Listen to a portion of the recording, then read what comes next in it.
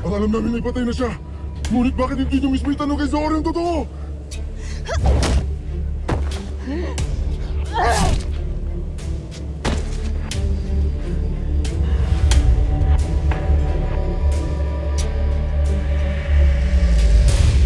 Kami ay nagmamadaling bumalik ng Lireo.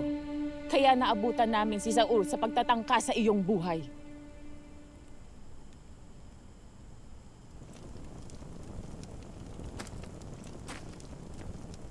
Patawad, mahal na Kera.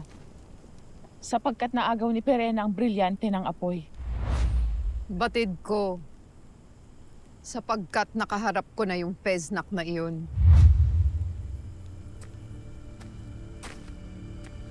Patawad din, mahal na Kera.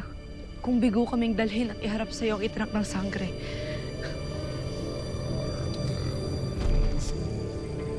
Mahal na Kera, kung si Perena ay na iyong nakaharap na, ibig sabihin ay nandirito na rin ang itinakda.